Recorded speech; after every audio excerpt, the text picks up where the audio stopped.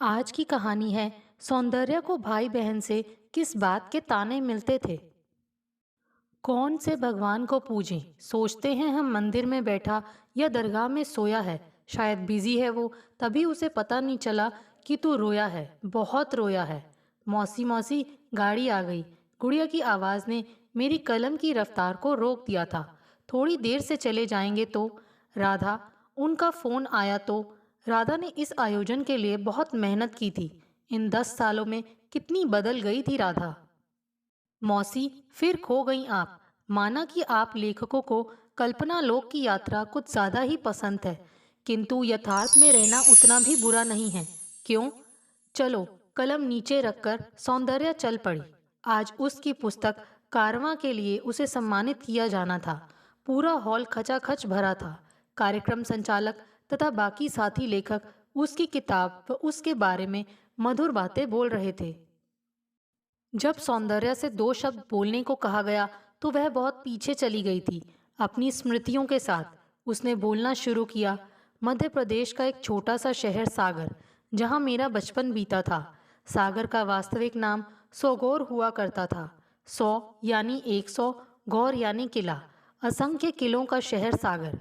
परंतु कालांतर में लोगों ने सोगोर को सागर कर दिया। मेरे पिता एक सरकारी स्कूल में शिक्षक थे और माता एक गृहिणी।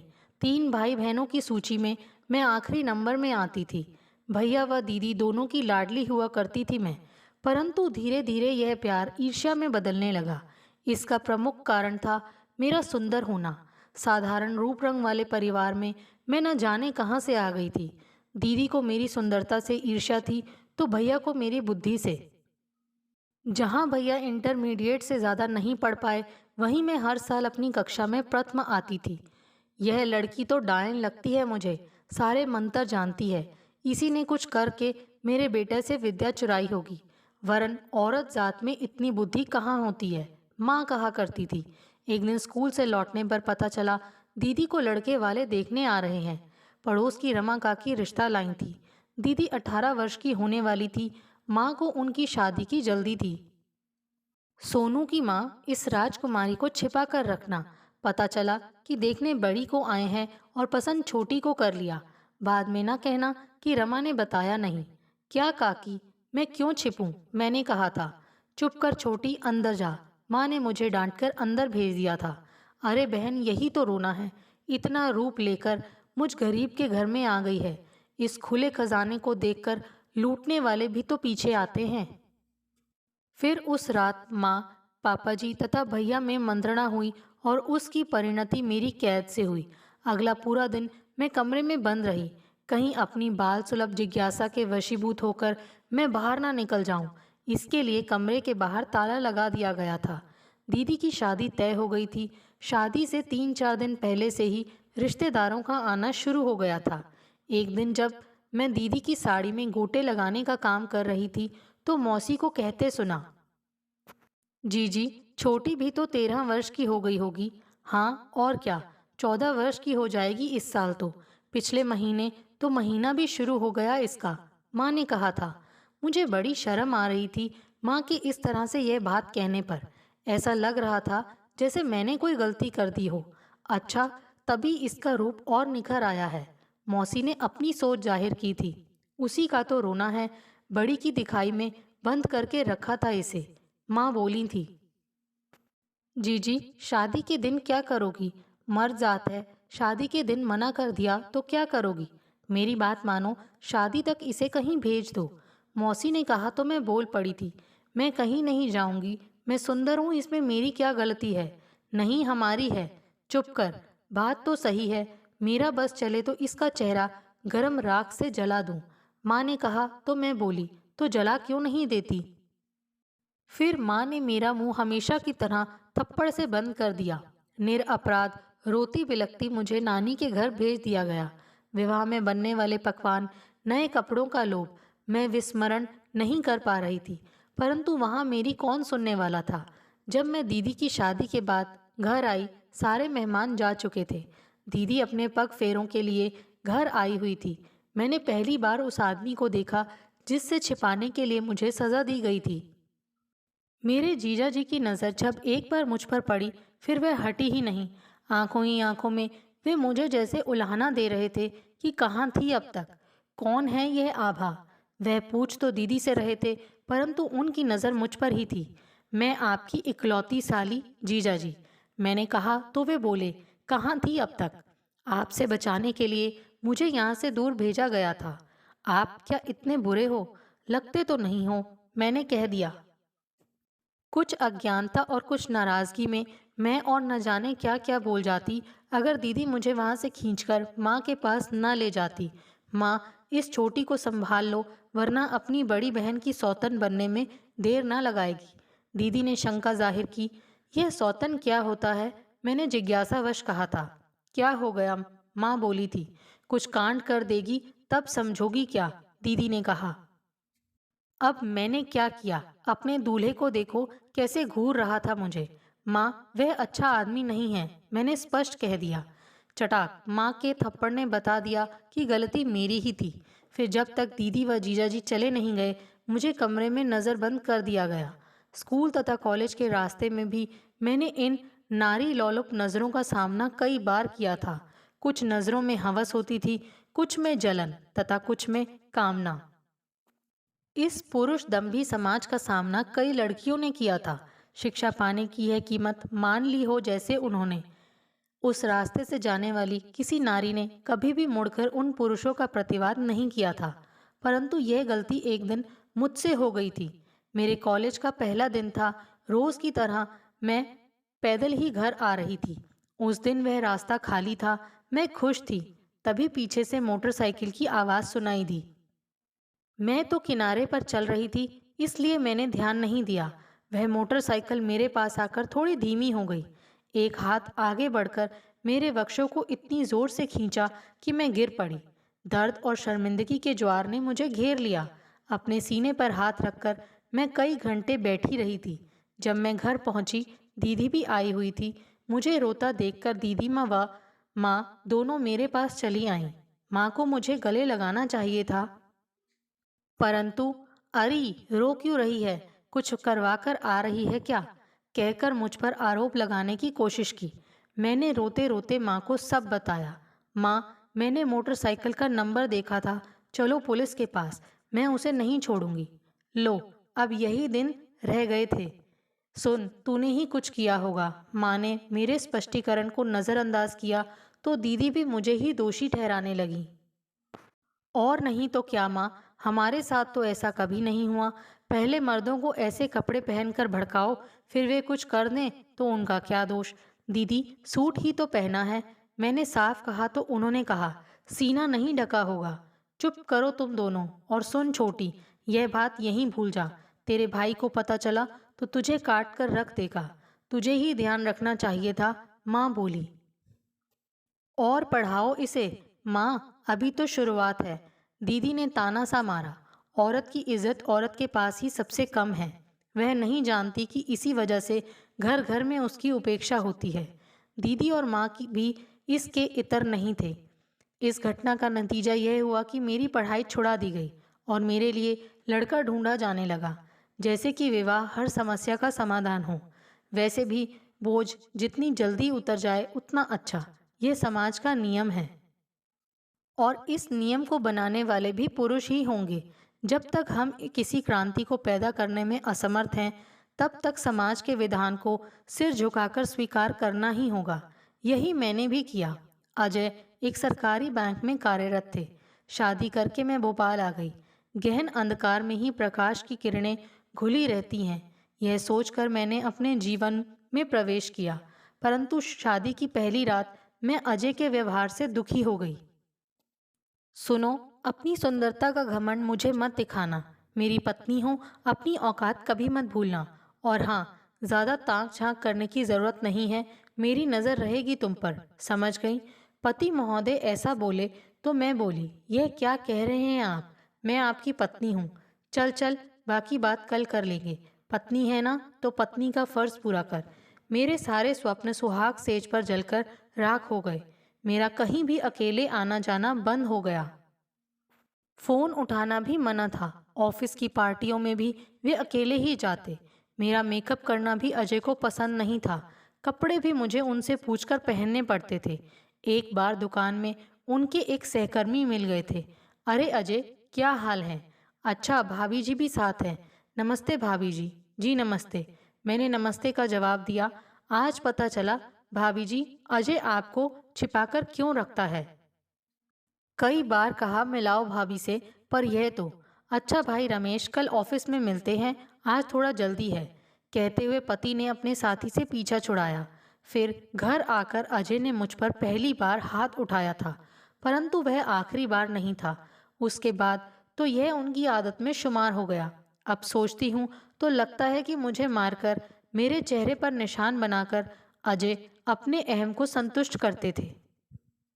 अजय का साधारण नैन नक्श का होना मेरे लिए कोई बड़ी बात नहीं थी, परंतु उन्हें कौन समझाता। जब मेरे दोनों बच्चे नमन और रजनी का जन्म हुआ, मेरी जिंदगी बदल सी गई। मुझे लगा ये दोनों मेरा दर्द समझेंगे, परंतु जैसे जैसे बच्चे बड़े होते गए, उनका व्यवहार मेरे प्रति बदलता चला गया। उन्होंने अपने पिता का रूप रंग ही नहीं, उनकी सोच तथा उनका व्यवहार भी ले लिया था। दोनों की जिंदगी में दखल सिर्फ उनके पिता का था।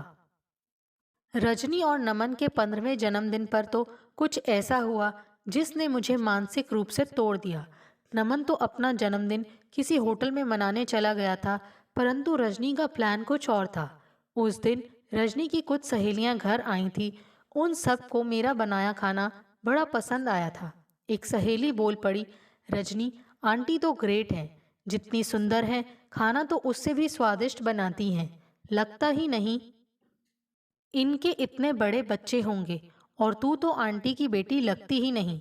ऐसा नहीं है बेटा, सुमन, मैंने कहा था। मम्मी आप अंदर जाइए, रजनी ने मुझे निर्देश दिया। बाद में क्या होने वाला था उसका कुछ कुछ एहसास मुझे हो गया था। अपने पापा और भाई के आने पर रजनी ने कोहराम मचा दिया था। पापा, इनसे कह दीजिए अपनी सुंदरता की नुमाइश करने के लिए कोई और जगह ढूंढ लें। हमेशा मुझे नीचा दिखाने के तरीके ढूंढती रहती हैं। रजनी, माँ हूँ मैं तुम्हारी, मैं बोली थी। तो माँ बन कर रहो, अकल तो ढेले भर बराबर की नहीं है। मेरे बच्चों की जिंदगी से दूर रहो, या दूसरी तरह समझाऊं। इतना कहकर पति अजय बेटी रजनी को लेकर उसके कमरे में चले गए। बेटा नमन, जो अब तक चुपचाप सब तमाशा देख रहा था, मेरे पास आया और बोला, चुपचाप रह नहीं सकती, पिटने की आदत हो गई है क्या? अजय के रोज रोज के अपमान ने मेरे बच्चों को भी मुझे अपमानित करने का हक दे दिया था। हर पल मैं यही सोचती कि काश ऐसा हो कि मेरी सुंदरता नष्ट हो जाए। मैंने अपने आप को अपने अंदर ही कैद कर लिया था। मानसिक व्यथा को दूर करने के लिए मैंने अपने आप को दूसरे कामों में लगा लिया। इसी दौरान मेरी मुलाकात स्वामी जी से हुई। जीवन में पहली बार मैंने इतनी बात किसी से की थी। हमेशा श्रोता रही थी मैं। अपनी पड़ोसन गीता के घर उनसे पहली बार मेरी मुलाकात हुई थी। उसके बाद तो मैं गुरु जी की परम भक्त हो गई। दर्द से भरे हुए मेरे हृदय रूपी रेगिस्तान में गुरु जी ठंडी फुहार के रूप में बरसने लगे थे। लगातार उनके आश्रम में मेरा आना जाना होने लगा। धीरे धीरे मुझे यकीन होने लगा था कि मेरा जन्म ही गुरु जी की सेवा के लिए हुआ है। मैंने संन्यास लेने का निर्णय ले लिया। अजय गुस्से से पागल हो गए थे। बच्चे मजाक बना रहे थे। अपने अपने तरीके से सब ने समझाने की कोशिश की, परंतु मैं रुकती भी तो किसके लिए। अजय और बच्चों के जीवन में तो मेरा अस्तित्व घर में रखे हुए फर्नीचर से ज़्यादा कभी रहा ही नहीं था। गुरुजी में ही मुझे अपना वर्तमान और भविष्य दोनों नजर आ रहे थे। आरंभ में सब कुछ अच्छा लग रहा था। लगभग 1 महीने के बाद एक रात गुरुजी ने कुछ व्यक्तिगत मसलों पर चर्चा करने के लिए मुझे बुलाया था। उस रात का मेरे इस जीवन पर सबसे ज्यादा प्रभाव पड़ा था। सब कुछ बदल गया था। वहां जब मैं पहुंची, 2 सज्जन पहले से मौजूद थे। शायद गुरु जी के भक्त होंगे, सोचकर मैं अंदर आ गई थी। परंतु उनकी नज़रों में छिपी हुई भावना को मैं चाहकर भी नज़रअंदाज नहीं कर पाई। इस नज़र से मेरा सामना कई बार मेरे जीवन में हुआ था। जैसा कि आपने कहा था गुरुदेव, साध्वी जी तो उससे भी ज्यादा। उनमें से एक बोला। साध्वी सौंदर्या, क्या हुआ? डेरे नहीं, अपने ही लोग हैं, गुरुजी ने प्यार से कहा। जहाँ सबसे ज्यादा विश्वास होता है, विश्वासघात भी वहीं होता है। विश्वास करना सही है, परंतु अंधविश्वास पतन की ओर ले जाता है। गुरुजी की बात सुनकर मैं बैठ गई। गुरुजी बोले, साध्वी जी, आश्रम में दुखियारी स्त्रियों के लिए जो भवन बनने वाला था, उसके बारे में तो आपको बताया था। देखो, आपके कदम हमारे आश्रम के लिए कितने लाभकारी हैं। ये दो परोपकारी मनुष्य सहयोग करने को तैयार हैं। अरे वाह गुरुदेव, मैंने खुशी जाहिर की। अब आप लोग आपस में बात कर लो, क्योंकि इस प्रोजेक्ट की पूरी जिम्मेदारी मैं आपको देना चाहता हूँ साध्वी जी। गुरुजी ने गेंद मेरे पाले में डाल दी। क्या बात कर रहे हैं आप गुरुजी? मुझ में कहाँ इतनी काबिलियत है? मैंने दिल की सच्चाई को बयां कर दिया। आप तो कमाल की हैं, हमसे पूछिए अपनी काबिलियत, दूसरा आदमी बोला। आप चुप रहें लाल जी, हम बात कर रहे हैं ना। गुरुजी ने उसे चुप कराया। साध्वी सौंदर्या, यह तो एक शुरुआत है। बहुत जल्द पूरे आश्रम की जिम्मेदारी मैं आपको देना चाहता हूँ। मैं तो भाव विभोर हो गई। गुरुजी, शब्द नहीं है मेरे पास आपका आभार व्यक्त करने के लिए, मेरे जीवन को एक दिशा देने के लिए। परंतु उसके लिए आपको उन दो में से एक व्यक्ति बोला तो गुरुजी ने चुप रह रामदास कहकर उसे चुप करा दिया। फिर मेरी तरफ मुखातिब हुए, साध्वी जी को पता है सामाजिक उत्थान के लिए यदि थोड़ा व्यक्तिगत नुकसान भी उठाना पड़े तो उसमें कोई बुराई नहीं है। जी, मैं मेहनत करने से कभी पीछे नहीं हटती। मैं उत्साहित हो गई थी।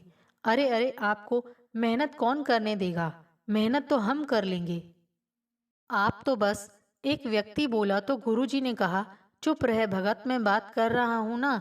मेरे अंदर संशय का नाग फन उठा चुका था, परंतु मेरी अंधश्रद्धा ने उसे कुचल दिया। आपको कुछ नहीं करना साध्वी जी, बस जगत कल्याण का कार्य करना है। गुरुजी के शब्द थे। जी, मैंने धीरे से कहा। तो फिर उन्होंने इशारा किया। आपको तो पता ही है, पुराने समय में देवदासी होती थी। वे होती तो भगवान की ब्याहता थी, परंतु जगत कल्याण के लिए ईश्वर के सभी भक्तों को सुख प्रदान करती थी। जी क्या? मैं काम गई थी। जी बस वही सुख आपको, मुझे तथा परमपिता के भक्तों को प्रदान करना है। आप पागल हो गए हो क्या? क्रोधित होकर मैं बोली। गुरुजी थोड़ा नाराजगी के साथ बोले, आप शब्दों का चुनाव सोच समझ कर करें तो सही रहेगा। वैसे भी दुखी जनों के कल्याण से पुण्य ही मिलेगा।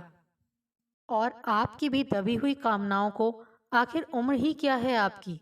केवल 38 साल। एक भक्त बोला। गुरुजी, नहीं नहीं, मैं सिसकते हुए बोली। भक्त जब अपने भगवान का घिनौना रूप देख ले तो उसके जीवन की रही सही इच्छा भी दम तोड़ देती है। कई बार मैं छली गई थी, परंतु आज मैं टूट गई थी। मेरे आंसू रुकने का नाम नहीं ले रहे थे। रोती हुई मैं आगे बोली, मैं तो आपकी पूजा करती थी गुरुजी। मेरा प्रेम तो आपके साथ रहेगा ही, उस प्रेम को भी तो पूर्ण रूप देना अभी बाकी है। आप जाइए, सोच लीजिए, आपके पास 2 दिन का समय है। गुरुजी के शब्द थे। मुझे कोई रास्ता नजर नहीं आ रहा था। भाग कर जाती भी तो कहाँ? कोई दरवाज़ा मेरे लिए नहीं खुला था, किसी को मेरा इंतज़ार नहीं था। उस समय ही मैंने आत्महत्या के विकल्प के बारे में सोचा। जहर खरीदने के लिए पैसे नहीं थे, नस काटने के लिए चाकू लाना होगा। साड़ी से फंदा लगाकर मरना ही मुझे सही लग रहा था। साड़ी तो मैंने पहनी हुई थी, बस उसका फंदा लगाना था। चादर का भी इस्तेमाल कर सकती थी। फंदा लगाने के लिए मैं ऊपर कील ढूंढने लगी थी, परंतु तभी एक आवाज़ ने मेरे विचारों की श्रृंखला को तोड़ दिया। कोई कील नहीं है इस कमरे में, पंखा भी नहीं है। मेरे सामने एक 15-16 साल की सुंदर लड़की थी। ऐसा लगा जैसे रजनी खड़ी हो। माँ का दिल ऐसा ही होता है, चाहकर भी अपनी संतान से नफरत नहीं कर पाती। मैंने उससे पूछा, तुम्हें कैसे पता? शुरुआत में सभी ऐसा करने की सोचते हैं। देखती नहीं, कमरे में एसी लगा हुआ है, पंखा नहीं है, बहुत जल्द कैमरा भी लग जाएगा। वैसे कैमरा नहीं तो क्या, नम्रता मैडम की आंखें उससे कम हैं क्या? वह लड़की बोली तो मैंने कहा, बेटा तुम यहाँ कब? मेरा वाक्य खत्म होने से पहले वह बोल पड़ी, चुप कर, खबरदार जो मुझे बेटा कहा। इस शब्द से छली गई हूं मैं। तू राधा मैडम बोलेगी, मुझे समझी क्या? मैं हैरान रह गई। मुझे डांटती हुई सी वह आगे बोली, सीनियर की रिस्पेक्ट करना नहीं सीखा क्या? उम्र में भले ही तू मुझसे बड़ी होगी, पर इस लाइन में मैं तेरी सीनियर हूँ। पढ़ी लिखी नहीं है क्या तू? सीनियर का मतलब तो पता होगा। ऐसे समय में भी मैं अपनी हंसी नहीं रोक पाई थी। आप काफ़ी पढ़ी लिखी लगती हैं राधा मैडम। अपनी हंसी दबाते हुए मैंने उससे पूछा था। किताब नहीं मैडम, मैंने जिंदगी पढ़ी है। तुम्हें भी तैयार कर दूंगी, वह बोली। यहाँ यह सब? मेरा मतलब है, मेरी बात पूरी होने से पहले ही वह बोली, यहाँ जितनी साध्वियाँ दिख रही हैं वे सब। उसने अपनी बात जारी रखी। तेरे साथ एक नई लड़की भी आई है। नम्रता दीदी उसे लेकर आती होंगी। देखा तो है उसे तूने। क्या नाम है उसका? हाँ गुड़िया, यही है उसका नाम। पर वह तो बहुत छोटी है। मैंने चिंता प्रकट की। छोटी? इस काम में क्या छोटी क्या बड़ी, अब खुद को ही देख ले। राधा बोली थी। सिर्फ 7 साल की है वह। मैंने कहा था। मैं 10 साल की थी जब इस लाइन में आई थी। राधा के शब्द थे। सचमुच उम्र में बड़ी होते हुए भी मैं उसके सामने कितनी छोटी थी। मैं सोच रही थी। देख तेरा नाम क्या है? राधा ने पूछा तो मैंने कहा सौंदर्या। अरे वाह, माँ बाप ने नाम बड़ा चुन कर रखा। राधा ने अपनी सोच प्रकट की। मैं कुछ न बोली। देखो ऐसा है, कुछ लोगों को तेरे जैसी अनुभवी औरतें पसंद आती हैं तो कुछ को हमारे जैसी। वहीं कुछ लोगों को गुड़िया की उम्र की लड़कियां चाहिए होती हैं। डिमांड और सप्लाई का खेल है, उसने बताया। ढोंगी हैं ये सारे, मैंने घृणा भरे लहजे में कहा। सही कहा। चल सो जा, वरना नम्रता दीदी आ जाएंगी। राधा बोली थी। वे कौन है? मैंने जानना चाहा। इन सब से भी बढ़कर, राधा ने कहकर ठहाका लगाया। राधा चली गई थी। वह मेरी बगल में सो रही थी। पता नहीं कब मेरे आंसू बहने लगे। क्या हुआ मौसी? कहीं चोट लगी है? दर्द हो रहा है? अब क्या बताऊं उस मासूम को, कैसे दिखाऊं उसे अपनी चोट? खुद ही रिश्ता जोड़ लिया था उसने। मौसी, माँ सी। मेरा अपना बचपन कौंध गया था मेरे सामने। नहीं, गुड़िया को मैं एक और सौंदर्या या राधा नहीं बनने दूंगी। मेरे लक्ष्य विहीन जीवन को एक लक्ष्य मिल गया था। अपने अंदर आए इस बदलाव से मैं खुद ही आश्चर्यचकित थी। अगले दिन मैं खुद उस पाखंडी के पास गई थी। जय जय गुरुजी, साध्वी सौंदर्या आइए आइए। जय जय। तो क्या सोचा आपने? कुछ सोचने लायक कहाँ छोड़ा है आपने? जी गुरुजी, आज तक मैं अपने सौंदर्य को अपना शत्रु मानती थी, परंतु आपकी कृपा से मैं यह जान पाई हूँ कि इसका इस्तेमाल करके मैं कितना कुछ प्राप्त कर सकती हूँ। इसकी माया है कि आप जैसा पुरुष भी मेरा दास बनने को तैयार है। कहिए गुरुजी, कुछ गलत कहा मैंने? बिल्कुल भी नहीं, मैं इस कार्य के लिए सहमत हूँ, परंतु आपसे एक विनती है। तुम तो हुक्म करो, मुझे आप अभी अपनी सेवा में ही रहने दें। देखो, वैसे तो भगत तुम्हें बहुत पसंद करता है, परंतु अच्छा, परसों समागम का आयोजन किया गया है, उसके बाद बात करते हैं, ठीक है? उस ढोंगी से अनुमति मिल चुकी थी। अब मुझे सिर्फ एक काम करना था, वह भी उसके चाटुकारों की फौज से छुपकर। इस काम में मेरी मदद की सुषमा ने। सुषमा एक इलेक्ट्रॉनिक इंजीनियर थी। अंधविश्वास और अंधश्रद्धा एक मनुष्य का कितना पतन कर सकती है, इसका वह जीता जागता उदाहरण थी। एक बड़ी कंपनी में काम करने वाली सुषमा आज इस कामी के पिंजरे में बंद थी। समागम का जमकर प्रचार हुआ था। वैसे भी इस देश में धर्म के नाम पर तो पैसा लुटाने के लिए लोग तत्पर रहते ही हैं, परंतु एक गरीब को उसके हक का पैसा भी देने में लोग 100 तरह के बहाने करते हैं। पंक्तियों के हिसाब से बैठने का रेट निर्धारित था। प्रथम पंक्ति वीआईपी लोगों की थी। जिस देश में भगवान के दर्शन में भी मुद्रा की माया चलती है, उस देश में भगवान के इन तथाकथित मैनेजरों के दर्शन आप मुफ्त में कैसे पा सकते हैं? ईश्वर से संवाद तो आखिर यही बेचारे करते हैं। प्रथम पंक्ति में कुछ खास लोगों तथा पत्रकारों को मुफ्त पास दिए गए थे। बाकी जो लोग उस पंक्ति में बैठना चाहते थे, उन्हें 15,000 रुपये देने पड़े थे। इस प्रकार हर पंक्ति का अपना रेट फिक्स था। जो बेचारे मूल्य चुका नहीं सकते थे, परंतु गुरु जी के सुनने का लोभ संवरण नहीं कर पा रहे थे, वे आसपास के पेड़ों पर टंगे हुए थे। नियत समय पर लोगों का आना शुरू हो गया। सुधाकर और नम्रता उन लोगों को समझा रहे थे जिन्हें गुरुजी भीड़ में से बीच बीच में उठाने वाले थे। उन्हें बस यही कहना था कि गुरुजी के उनके जीवन में आने से उनकी जिंदगी में कितना सुधार हुआ है। किसी को नौकरी मिल गई, किसी के बच्चे की बीमारी ठीक हो गई थी। आखिर प्रोडक्ट का प्रचार भी तो करना होता है। गुरुजी का समागम में आने का समय 12 बजे का था। उसके पहले उन्होंने राधा को बुलाया था। वह ढोंगी एक टोटके को मानता था। उसका मानना था कि समागम के पहले अगर वह किसी लड़की के साथ संबंध बनाएगा तो उसका वह आयोजन काफी सफल होगा। गुरुजी, राधा पहुंच गई थी। आ गई, चल कपड़े उतार और लेट जा। क्या हुआ, खड़ी क्यों है? गुरुजी बोले। गुरुजी, वह मेरी तबीयत ठीक नहीं है। मेरा महीना, राधा बनावटीपन में कह रही थी। क्या आज पहली बार कर रहा हूँ? चल। दर्द हो, नाटक कर रही है, उतार साड़ी। नहीं उतारूंगी। राधा अब दहाड़ी थी। तेरी इतनी हिम्मत, भूल गई पहली बार तेरा क्या हाल किया था। 10 दिनों तक उठ नहीं पाई थी।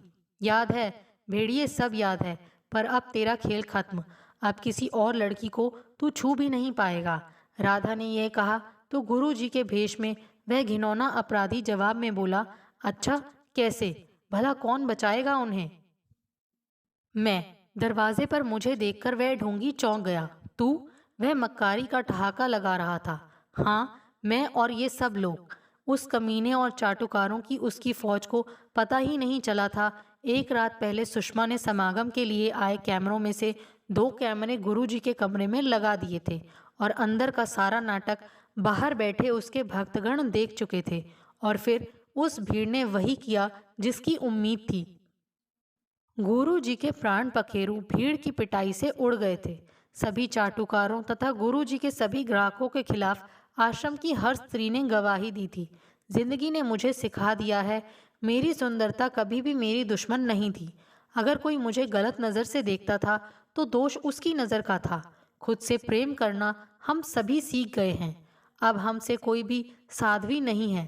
सब अपनी इच्छा अनुसार चुने हुए क्षेत्रों में कार्यरत हैं। हमारा कोई आश्रम नहीं है, एक कारवां है हम सब पथिकों का, जो एक ही राह के राही हैं। मेरी इस पुस्तक में इन सभी पथिकों के संघर्ष की कहानियां हैं। मेरा और मेरी सखियों का सफ़र अभी समाप्त नहीं हुआ है, न कभी होगा। कई नए साथी आएंगे, कई पुराने हंसते हुए हमसे विदा हो जाएंगे, परंतु यह कारवां बढ़ता ही जाएगा, चलता ही जाएगा। अपनी और अपने कारवां की सखियों की सभी कहानियों का निचोड़ इन पंक्तियों द्वारा व्यक्त कर रही हूँ।